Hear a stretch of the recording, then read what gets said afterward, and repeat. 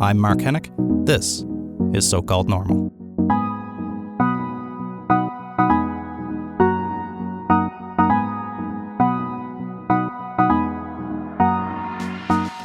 Hey folks, welcome to So-Called Normal. I'm Mark Hennick. Today on the show we have Brendan Saye. Brendan is now the one of the principal dancers for the National Ballet of Canada. When I first reached out to him, he was a first soloist, and as you will hear in our conversation that we had together, that it was just the day before that he got promoted to a principal dancer. So it was. I came into this interview intending to talk about mental health in the ballet community, the ballet world, wanting to talk about body image and eating disorders and the stress of climbing through the ranks. And, we're going to do that, but that's not the direction that the interview went in. I was surprised to learn about Brendan's own struggles, and that comes up a lot in these conversations. And that's the whole point, right? To be able to have those kinds of conversations. We are, though, going to come back and do more. I want to have Brendan, back on the show to talk more about some of those other issues too. But I think the direction we went was a lot more interesting and surprising. So here's my conversation with Brendan Saye. He's one of the principal dancers at the National Ballet of Canada on So-Called Normal. So you were principal soloist. I was a first soloist. Yeah. Sorry. Now you're principal. As of yesterday. Of yesterday at the National Ballet of Canada. Yeah. So what does that mean? Walk me through. I enjoy going to the ballet, but I don't know the ins and outs of the hierarchy. Yeah, so there's kind of like a hierarchical system of usually kind of the entry level into any large scale ballet company is an apprentice, and in our case there's about 10 of them. And from there, usually a small pool of them, anywhere from like 2 to 3 or 4, might make it into the corps de ballet, which is the kind of the ensemble, the bulk of the ballet, like the 18 swans you see around the stage in Swan Lake kind of thing. Right.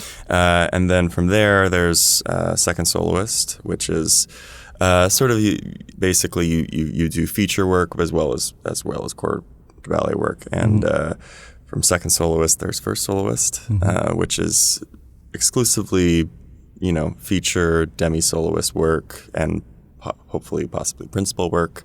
And from first soloist, then there's the big cheese, which is principal dancer. It's kind of what I think most young dancers, when you're training to be in a professional ballet company, it's sort of the end game, the goal. Sure. You're the star of the show now. Yeah, essentially when you're principal dancer, you just do all the principal roles, the leading man or leading woman kind of thing. So now how many productions do they do each season typically, a large ballet like National Ballet? We do anywhere from, it's tough because you start to factor in tours. Oh, right. And we've been touring quite a while recently. Last year we just went to Moscow and St. Petersburg and Hamburg, Germany. The year before that we were in Paris and San Francisco. And do the Russian ballerinas still really impress you, or are we like, in Canada we're holding up? Because that's apparently the big image of ballet, are the Russian ballerinas. Of course, yeah. It's I think both Russia and France are kind of these two powerhouses for ballet. Yeah. 100%. Actually, when one of the biggest Russian ballerinas around today, Diana Vishneva, she invited us to Moscow and St. Petersburg to perform in her her dance festival. Nice. So it's actually through her that we got to, and she's just an incredible dancer. And yes, they are.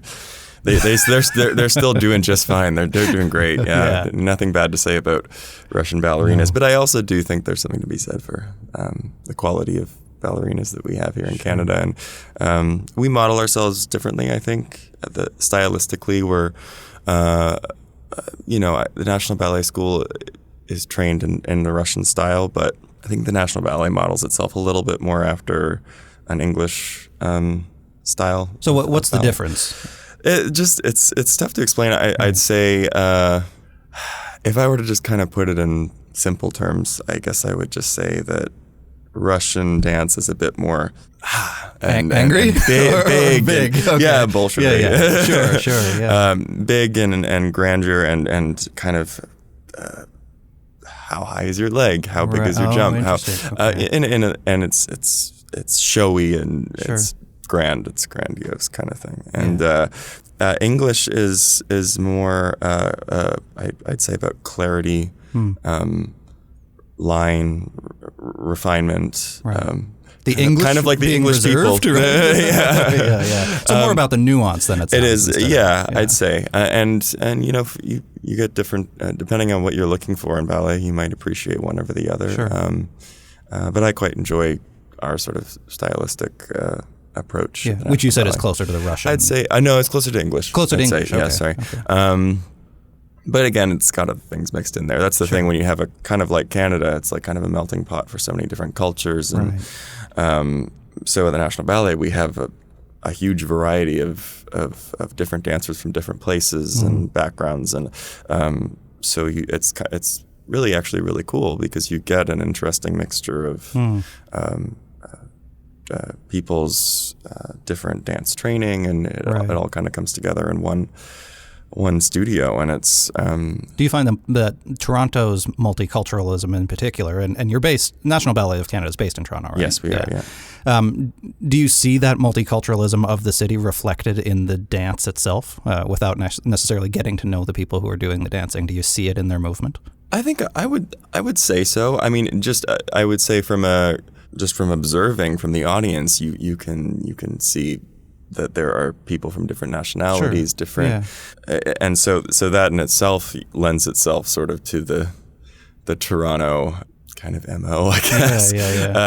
And the other thing is that we do such a variety of repertoire. So you're gonna see a huge range of different movement styles, and I'd say that also is reflective of Toronto. I think dancers, the way we rehearse and the way we prepare our show is we do we have a bit of like kind of quality control. So when we have to be uniform and we have to present a certain, we're looking for a specific aesthetic depending on the performance. So you won't have one person.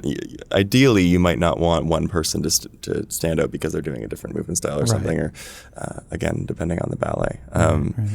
But like we just did a mixed bill of all William Forsythe, and William Forsythe is this incredibly world-renowned American choreographer.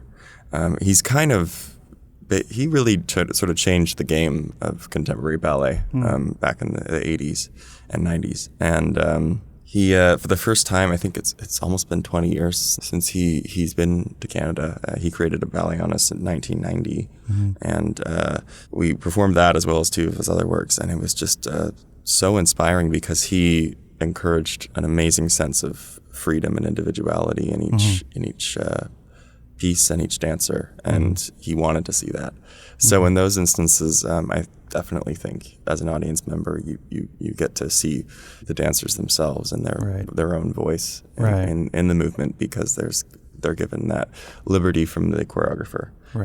It's not always the case. Sometimes the choreographer wants to see a very strict and more calculated. Very much like acting. I mean, some directors want you to stick to the script, and others let you play a little bit more. Yeah, exactly. Is there much room for that kind of improvisation in what you do, or again, does it depend on the style of the director? Again, depends on the style of the choreographer. Will Forsythe actually uses quite a bit of improvisation in his works, and there was in some about 2 of the 3 ballets there were some improvisation moments. So. Are you comfortable with that, or does improvisation make you anxious? You just want somebody to tell you what to do. Me personally, I think that's actually interesting. Because I think in one of the works I had to improvise a little bit, but even still I had it kind of in my head. I would kind of work it out before. So maybe I bent the rules a little bit. But I would say I like having an idea of what I'm gonna do, and that's me personally. But some people excel at that. You know, they love.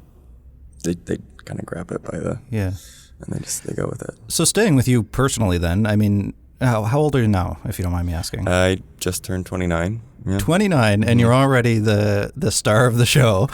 Well, I mean, it's a team effort, of course, but still, of the hierarchy, you're at the top of the pyramid.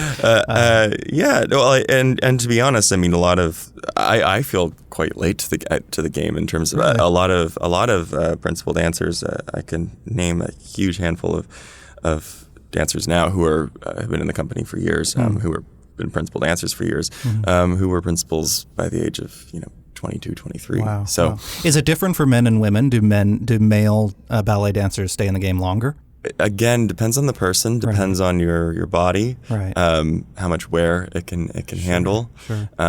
Some bodies lend themselves more to ballet, and some aesthetically are more the quote unquote ideal of what ballet dancer wants to present on stage, but in some ways those bodies also lend themselves to injury a lot because they're very hypermobile without a lot of muscle mass, that kind of it's the joints and the flexibility, the hypermobility it can be hard to control that that kind of extremism. Well, and I would imagine, especially if with a lot of the big movements, you would go back to the Russian style, you're saying the gross muscle movement thing. I mean, you're ripped. You can't see this on the podcast, but so that takes. And I saw a video once. I don't know. You probably knew who was doing it, but it was somebody up against one of the Toronto Argonauts or something in terms of measuring their physicality. Oh yeah, and it was somebody from the National Ballet. Oh, that was Gabriele, I think. Yeah, and it was, and they went toe to toe. Like this is an extremely physical sport. It is, yeah. And to do it practically every night, or to go on tour, or to go on these big shows, it must be physically exhausting. It absolutely is. Yes, it is. It really is. And I mean, you take a ballet like Sleeping Beauty, for instance. And I had my debut in that about a year and a half ago, and it's 4 acts long. It's about 3 hours, and I think the male has the Prince, if I remember correctly. I'm trying to go through it all in my head now. I think I had in one act. There's 3 variations in the second act when you pop up. Right. And then a pas de deux as well. So wow. it is incredible. And then you still have to do a whole other act with the grand pas de deux, and then oftentimes in mixed programs, it's possible you could be in all 3 ballets too, which is exhausting. Right. But it's you have to learn how to sort of pace yourself in those situations, and but also build up the stamina to be able to do that. Do you still get to a point where, if you're able to say or not, where like you're about to go on and you think, I don't know if I can do this? 100%. Yeah. I think that's also weirdly a part of the self sort of training that you have to do, because you're always gonna be kind of have that voice in the back of your head that's little thoughts creep into your head before the show, like, oh, I can't do this, or oh no. And I laugh because sometimes you get that I get this vivid thought in my head, like, you could just leave, just go home, and, and it's a weird thing, because it's what you want more than anything is to perform. But before you go on, you have this. It's perfectly normal to have this fear that you're just like, and I often ask myself in those situations when I get very nervous before a big show. You start asking yourself, like, why am I doing this? Why do I put myself through this every time? And then by the end of the show, you're like, that's why, because it's just, you get out there and it assuming your nerves don't get the best of you, which sometimes they can, but again, that's sort of a training thing. You kind of learn the self-talk that you need to give yourself, and the proper way to prepare your body and everything in order to make yourself feel as confident as you can going out there. Usually, if all that goes well with that, the nerves kind of melt away, and the moment kind of sweeps you up, and the adrenaline picks up too, and you kind of snap into the character, I would assume. And you hear this with a lot of different character work, right? And I think that for me personally, that is a very important tool with nerves too. I find I do best when I kind of disappear into a character. This past season, I debuted as Oberon in Frederick Ashton's The Dream, which is a big kind of iconic one-act ballet from it's English ballet, and I never, first of all, imagined that I would ever dance this role because it's incredibly technical and fast, and I'm a very big guy, so it's harder for me to keep up. But it's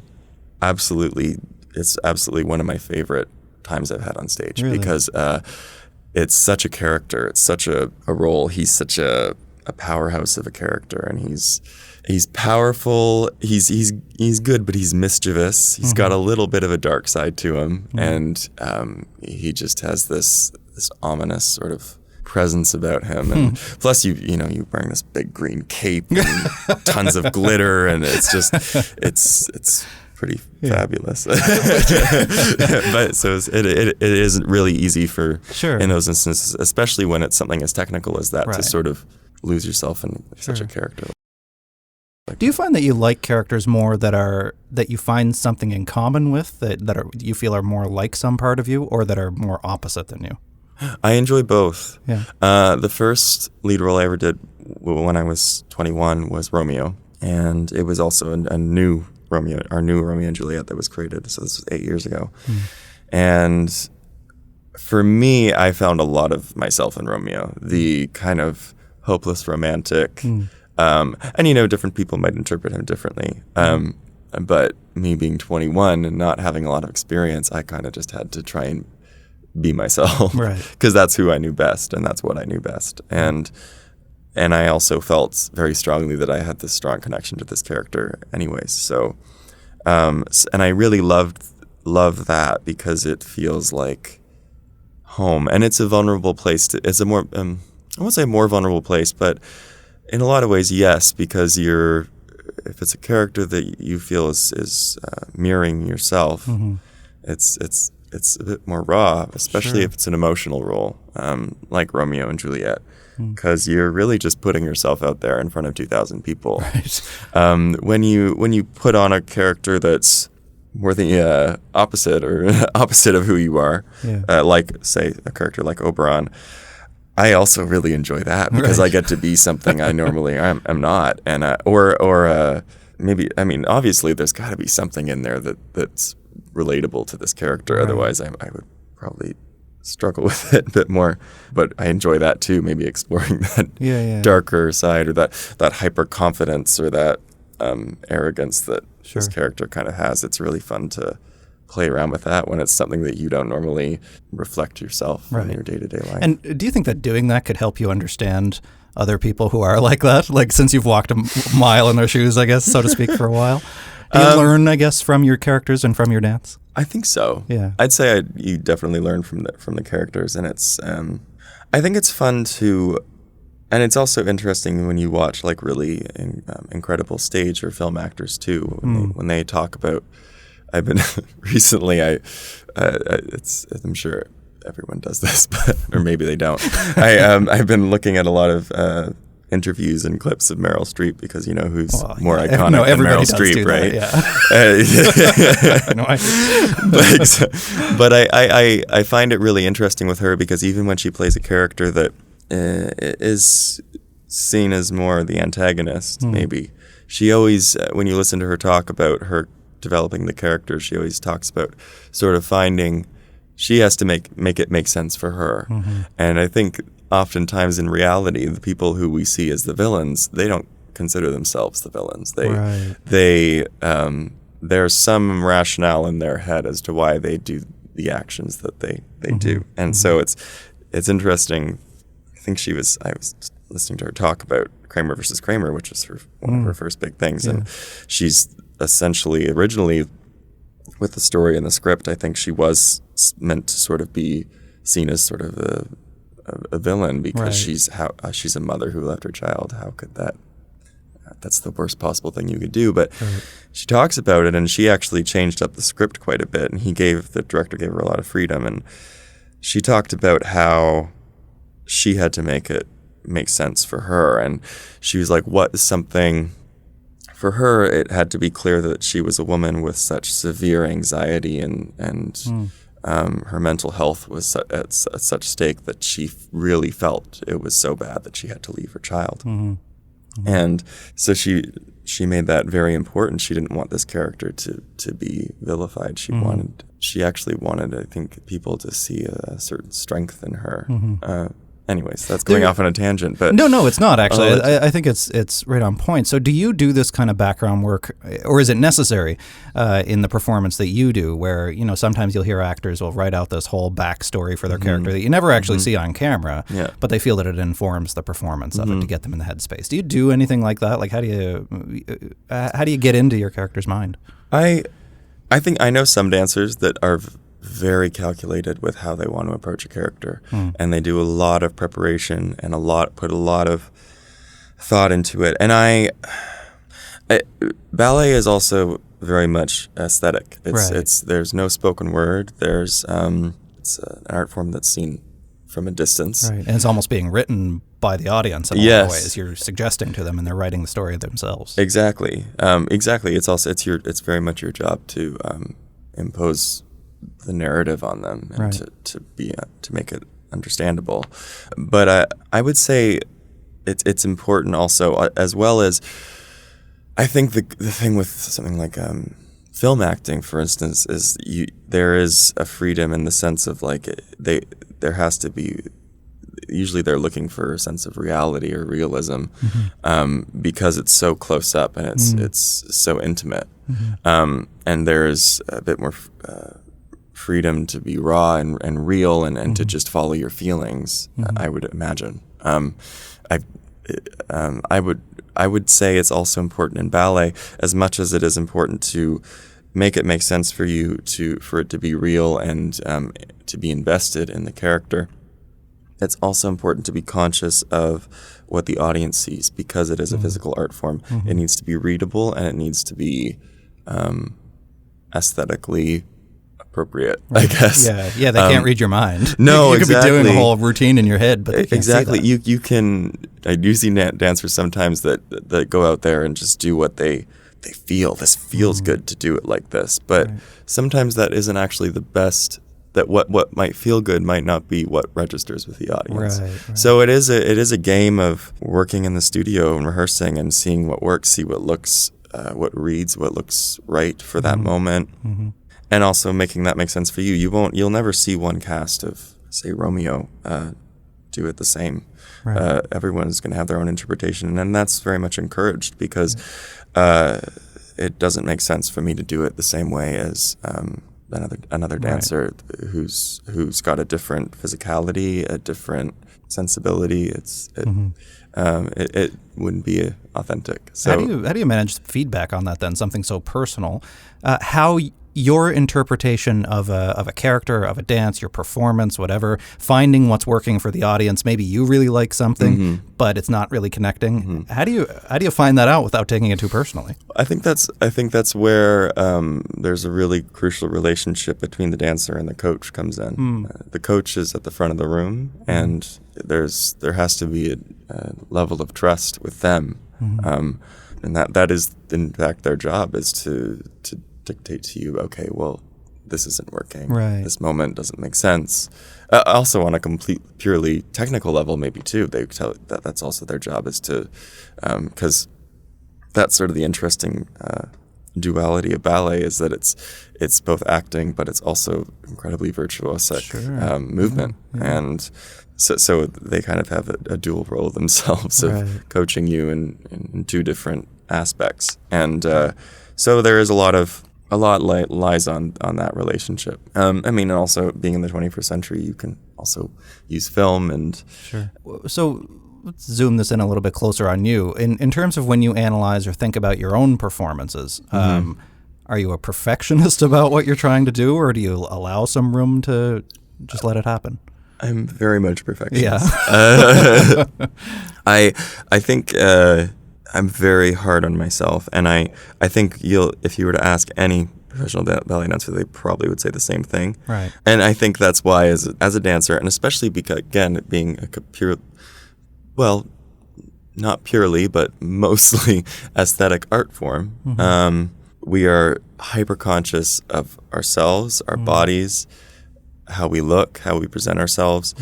So, and we're hyper conscious of what the aesthetic is meant to be. Right. So people are literally judging what it looks like. Yeah. Right? Yeah. And oftentimes one of the hardest things you can do as a dancer is look at a video of yourself. Right.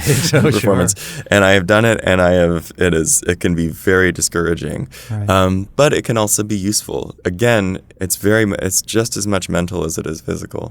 It's choices you make. It's like I was talking about nerves earlier, how essentially you have two choices when you're presented with those thoughts that creep in that are like, oh my gosh, I can't do this. Yeah. You can go down the avenue of, oh my God, I can't do it, and spiral. Or you say, okay, I hear you, but I'm going to put that away, and I'm going to focus on what I have to do now. Yeah. And you mentioned you had a couple of strategies for getting in that headspace, so that sounds like it's one of them. Yeah. What else do you do to block that out? Honestly, it's personal, because for me it's a lot of sort of quiet self-talk, and it helps. The more experience you get in challenging roles, the more it helps you in future roles. Right. So when I first did Romeo, it was my first ever principal full length. I had done a challenging feature role in a very difficult physical ballet before, called In the Upper Room, I think the year before. And so for me, when I did Romeo, I remember constantly telling myself, well, if you can do In the Upper Room, you can do this. Funny enough, Romeo was way harder than that was, but that's what I was telling myself at the time. And then from there, when I did Swan Lake, it was, okay, if you could do Romeo, you can do Swan Lake. And then Sleeping Beauty, if you do Swan Lake, one at a time. It helps. The more you have under your belt, the more it helps to sort of gain perspective and to talk yourself down off that ledge. It's funny you say that, because I think about this a lot with mental health. I mean, we talk to a lot of people about their mental health on this show, and I've started this by talking about my own and my experiences with depression and anxiety. Yeah.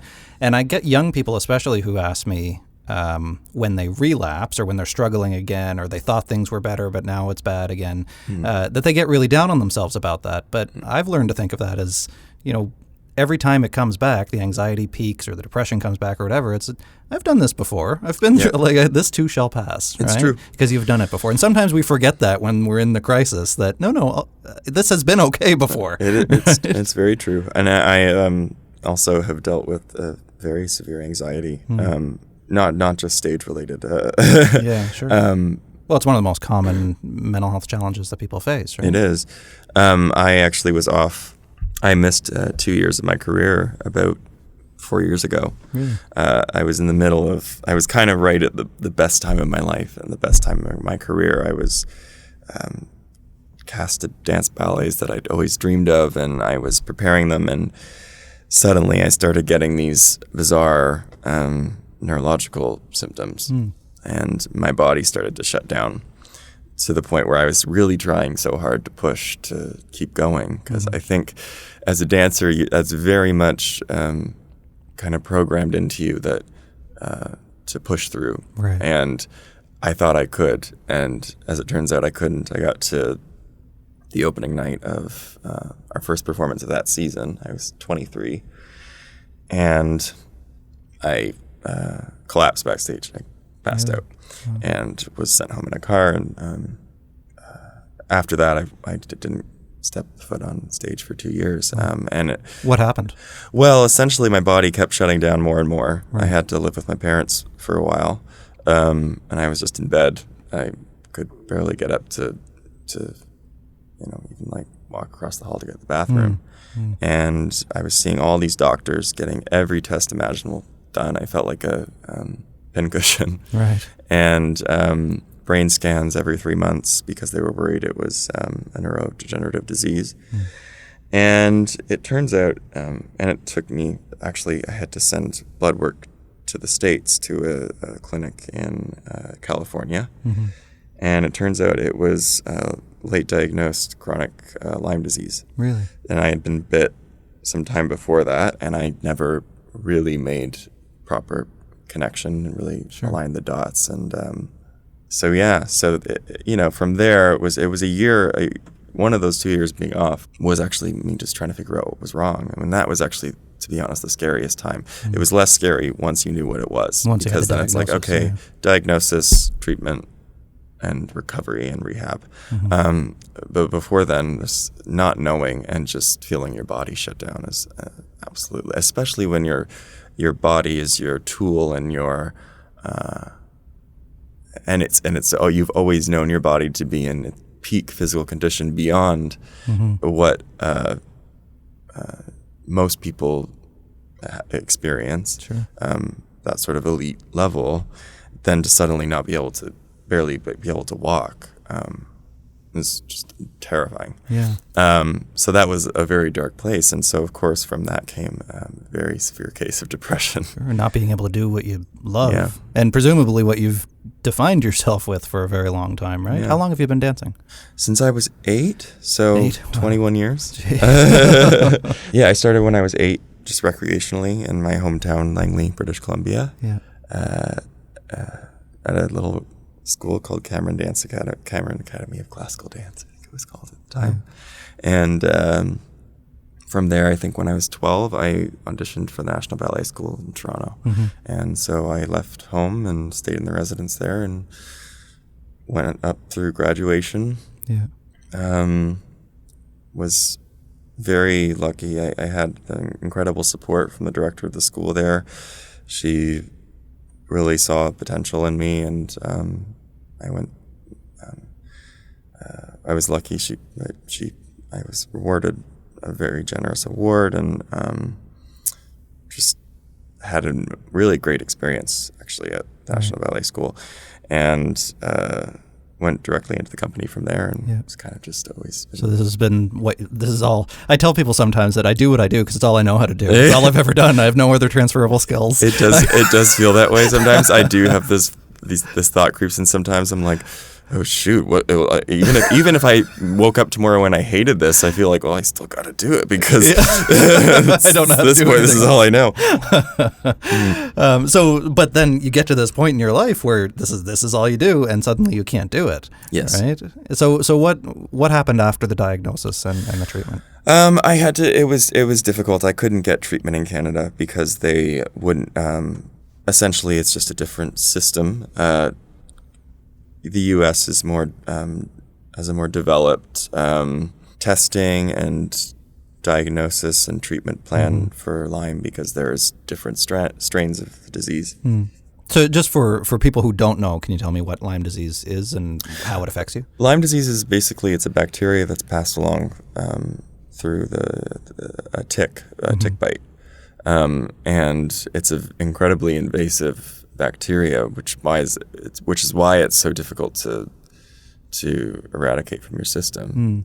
And the problem with it is it can affect multiple systems in multiple ways, which is why it's also kind of known as the mimicking illness, because and why it's very tricky to diagnose because it mimics a lot of other illnesses. For me, it attacked my neurological system, so it mimicked a lot of traits of something like MS or ALS or something like that. Sure. And so that's why I was getting my head scanned as frequently as I was, which was not fun. I remember it must have been like the 6th or 7th time I was getting a brain MRI, and I remember they would do my brain, they would also do down my spine, and at this point, I was just so emotionally exhausted by the whole thing. And I remember just sitting in the MRI machine and they're telling me, okay, sit still. And I just remember tears just streaming down my face because I was just so exhausted by the whole experience. I was like, I can't believe this is my life kind of thing. Well, what got you through those times? A few things, actually. Family, friends, of course. But oddly enough, what got me back to my apartment and moving around was I had a friend who was a doctor and also another family friend who was a doctor. And both of them said to me, in the case of any illness that starts to sort of strip away your strength and where you start to atrophy and sort of sink into more deeper and deeper fatigue, there's a point where you have to push back, otherwise you'll keep sort of sinking. So you need to force yourself to get up, walk to the end of the hall, walk back or something. and then to the end of the block, and then right, just whatever you can do. Yeah. And I also was so just emotionally toast. Sure. I felt very numb, and there was such a long period of tears and absolute frustration and desperation, and then there was this period of that just felt like nothing. And that was a really scary place to be, because it's a lot easier for darker, scarier thoughts to creep in when you're in that sort of place. Sure. And I think at least the pain keeps you busy, right? Yeah. But then what after? Yeah. And that was actually the point when I noticed I was in a place where I was getting thoughts that frightened me, to be honest. You were thinking about suicide? Yeah. Yeah. Yeah. It was when that happened that I was like, okay, I need to go see a psychiatrist. Yeah. And I'm glad I did that. I imagine other people who get to that place, they kind of just fall deeper into those thoughts, and unfortunately, doesn't always turn out with the best outcome. How long had you been struggling with these things before you told somebody? Honestly, not long. No. I was at a point where I remember vividly there was just one instance where my parents had gone to work, and I was, again, staying with them, and I was just in bed, and I was on my phone, and I remember looking up. Awful, but I remember looking up how painless, easy ways to finish it, I guess. Yeah. And it was immediately after that my parents got home, and I said, I need to see a psychiatrist. And we went, and I immediately was prescribed medication, and I was on that for years, actually, and it's only been about maybe half a year that I've been off it now.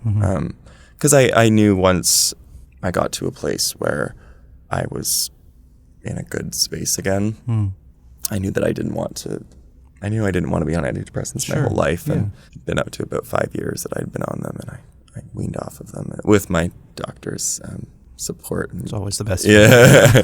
But what you experienced, I hear all the time. I mean, you kind of self-judged it as awful that you were looking for these things, but that's what people do, right? They're looking for ways to get help, ways to understand what they're thinking. And the TED Talk that I did, that's one of the most common responses I get from people, because I talk about suicide and my own thoughts about it as well. And one of the most common things that people start with is that they were Googling a way to kill themselves and they found my talk. Yeah. And that's what happened. So your story actually isn't all that uncommon, even though it feels really isolating at the time, of course. And I'm so glad that you did get help. Yeah. Also, what a wonderful thing that you can be such a help to people. Well, I don't know how helpful it is, but yeah. It opens up a door for them to look for help, as opposed to... And this is exactly it. People just need to be able to know, and this is why I think we're doing... this is the great thing about mental health awareness now, is that just talking about it might not seem like it's doing much, but it's giving people permission to do what you did, to tell their parents, to tell a psychiatrist, to do something, to reach out. Yeah. So this was while you were off, right? During the 2 years while you were off that this was happening? Yes. Yeah. Yes. So then how did you go from being in that dark of a place, to now being principal dancer of the National Ballet of Canada? It seems like there's a lot of the stuff that happened in there. A lot did happen. It did, and it was a tough road back. But medication. I was medicated for depression, and I also got a treatment plan, again, from the States. There was a doctor in the States that had this. I found some good treatment plans. Lots of plans. How many times can one say treatment plan? You sound like a planner. Yeah. And then, honestly, a huge thing for me was I made this snap decision after I'd met with this friend who was a doctor. I got home and said to my parents, I need to go back home and to my apartment. And they were like, I'm sure they questioned that because I was still struggling. Sure. At this point, I think I was starting to go on small walks, like to the end of the block and back. Mm-hmm. And I said, no, I need this. I need, even if my task, I'm not dancing right now, even if my task is just getting up, making something for breakfast, and going back to bed. Right. I need to be sort of self-sufficient again. Otherwise, I knew I would just lose my mind if I didn't. Independence again. Yeah. And within a week of me being back, I decided to get a puppy. Okay.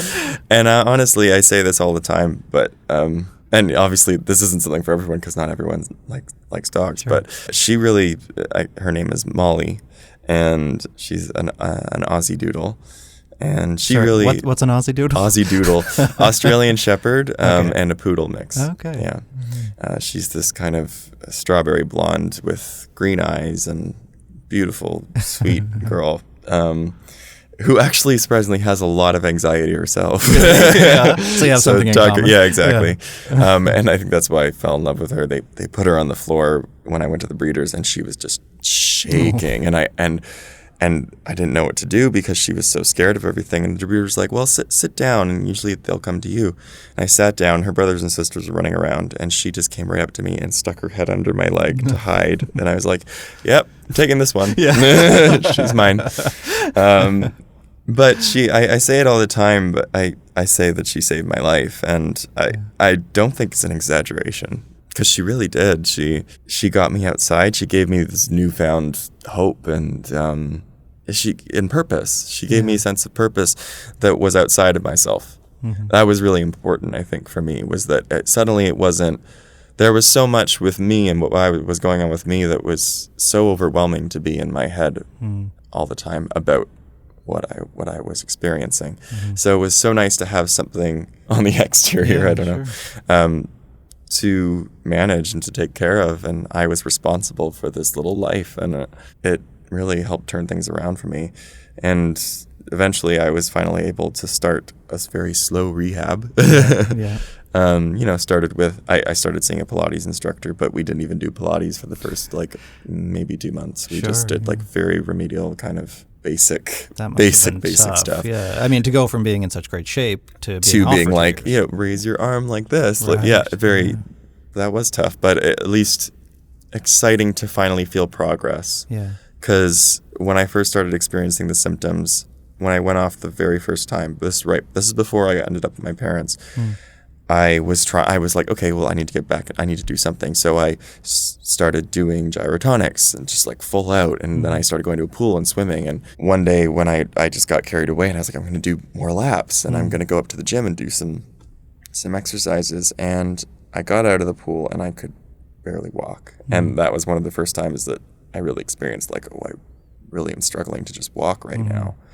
And my glands just swelled up. I had no chin. Wow. And my armpits and everything just swelled up. And what I found out was that it was because basically my body couldn't handle the exertion, so my lymphatic system took over. Right. And that's why, because I was just so ill. And I didn't know it at the time, but yeah. Has your illness taught you more about how to listen to your body? I assume as a ballet dancer, that was your thing anyway. Yeah. But now to really pay attention to what your body is telling you must be helpful in some respects. It is. It has. And I'm not, I'll be the first to admit I'm not always the best at self-care. But I at least now have an understanding of, because I still do get symptoms and they are not gone. They probably never will be. Sure. But I know how to manage it, and I understand when I'm having a bad day where I can push and where I can't. Yeah. Oftentimes, surprisingly, and I'm lucky that I'm at a point where I can push, I find I still do choose to push, even if I'm having a day where I'm having dizzy spells and stuff, because this is the unfortunate thing of the illness with performances. It affected my nervous system. And so anytime I get nervous, I start getting symptoms.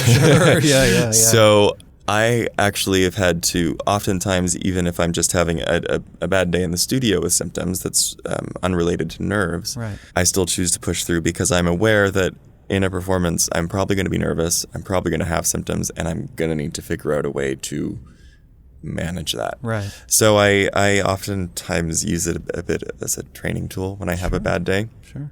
And then around a performance, an important performance, I know things that trigger symptoms, and certain foods are definitely no caffeine and no low alcohol, not lots of sugar or anything, because basically things that affect your nervous system. Sure. Now, did you learn about all this stuff the hard way, or did you read about it and decide not to? Yeah, both. Yeah. Definitely both. Like mine's like 90-10. Yeah. Learning the hard way. Yeah, but yeah, exactly. Like I loved coffee before any of this happened, and right. I still miss it. I still do have like a decaf coffee from time to time, but that was a major thing for me when I was sick. I would have a cup of coffee. This is before I realized, and suddenly I would be shaking, and my breathing would start shutting down. I would be having trouble breathing. So I made the connection eventually. Also, I did read it too in some journals about Lyme disease and stuff too. So, yeah. So now that you've reached, the pinnacle of your career at the ripe old age of 29, what you see probably new dancers coming in who are and the whole company is extremely experienced and professional at what they do. But you're where you are for a reason. Have you found your mind turning toward mentoring them, or do they ask you questions, whether about the life or about the practice? I love, for me, when I see someone young come in who is passionate and hardworking and talented, I do really like to support them and encourage them. I probably could do more. I probably could talk to more of them and stuff, but well, what's something you would want them to know? What would you have wanted to have told yourself coming into this as a career? To not be afraid of making mistakes, and to don't hesitate. Just go for it. Go guns blazing, because I feel like I wasted a lot of time when I first joined the company being so incredibly insecure. I by nature, we talk about how this major bout of depression came on when I was sick, but I think I've always been prone to it, and I've always been very hard on myself, very, very self-aware and self-conscious, overly self-conscious, to a point where it was defeating me. And to be an 18-year-old who's you're most vulnerable and most insecure. Yeah, I think that's the definition of being 18. Yeah, exactly. From my own experience. I would try, if I could give one piece of advice, it would be, please just let that go. Just be authentic and confident, and own your space and own your talent, and don't hold back, don't hesitate, don't try and sink into the back of the room and disappear and hope that someone notices you and your talent, and be the prima donna. Yeah, and eventually you'll get to wear the cape and all the. I mean, I will also say there's a line too, because I've seen young people come in who are still very talented, but who take it too far. Think they're more talented than they yet are. And maybe they could be, right? But, exactly. Come in at 18 and really own the space. They think that they do own the space. I have seen that too, and that's obviously not a that's there's two ends of the spectrum. Right. I guess what I'm saying is, humble doesn't have to mean quiet or fearful. You can still be confident and humble. Right. And know yourself, know your ability, know what you're capable of, and don't be shy of showing it, but be respectful at the same time. And open, I think, to what others can teach you. Because there's always somebody 100%. who's figured it out or been there before. Or whatever.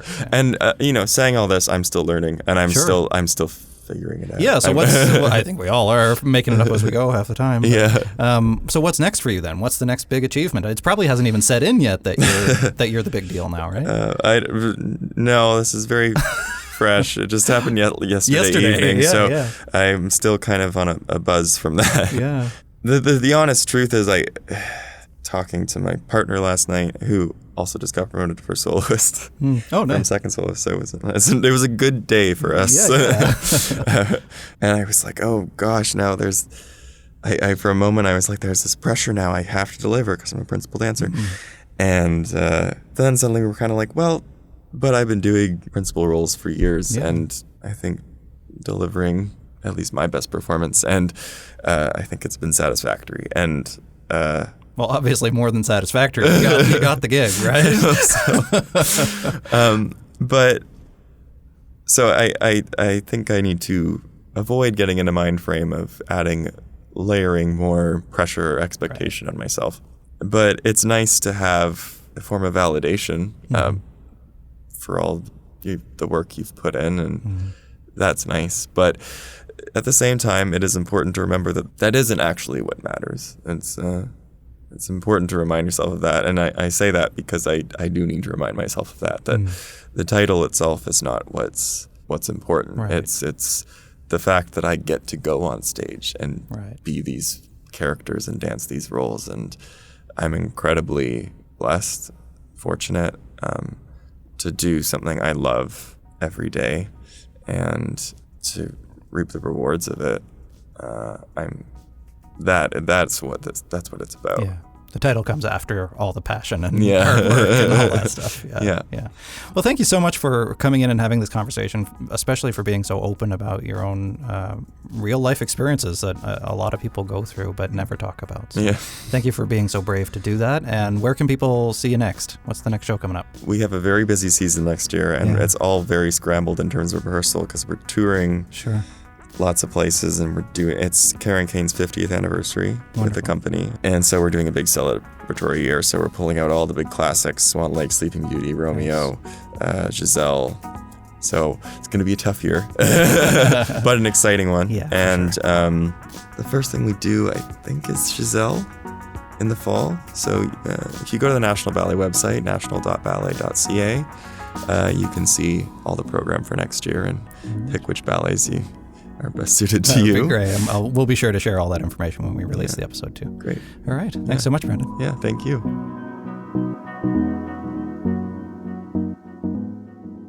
Okay, that's it. That's my conversation with Brendan Saye, principal dancer at the National Ballet of Canada.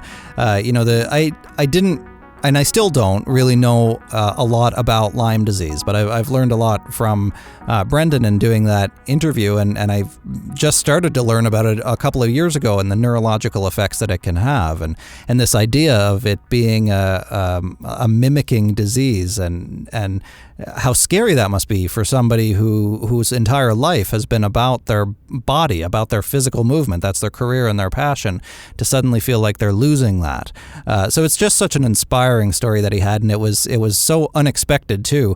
The setup for that, I think, was that I had been talking to our editor for the show, Dave Trafford, about doing a special on some suicide-related stories, and I had mentioned this idea of ballet dancers in particular, and I think my Amazon Alexa was eavesdropping on me, because I then got served an ad or a post by the National Ballet of Canada that tagged Brendan, and that's how I connected with him. That it was just an accidental thing, but it was such a fortunate accident, because I think his story is so inspiring and so interesting, and I look forward to having more conversations with people like him. So if you like this talk, if you like some of our others, and if you're looking forward to the future ones, head over to Apple Podcast and subscribe to So-Called Normal. Leave us a rating, leave us some comments, share us with your friends and family. Tag me on social media as well, or send me a message as well. I read everything that I get. I'm on Twitter, Facebook, and Instagram, and everywhere else at Markenick, at MarkHenick. You can go to my website, markenick.com, and if you want to check out some free psychotherapy, a free trial of psychotherapy, the link is on my website. I've shared it on social media as well, but you can go to betterhelp.com/Mark, enter the promo code Mark, M-A-R-K, and you can try out a free trial of online virtual psychotherapy with screened, safe, credentialed psychotherapists. So go give it a try. You never know until you try, right? betterhelp.com/Mark, and enter the promo code Mark. I'd like to thank the team at E1, at Entertainment One, for making this show possible. Adrian, Allison, Kimberly, my editor Dave, I mentioned already, who assembles everything here for us. None of this would have been possible without them. So thank you to them. Thank you to you for listening. I'm Mark Hennick, and this has been So-Called Normal.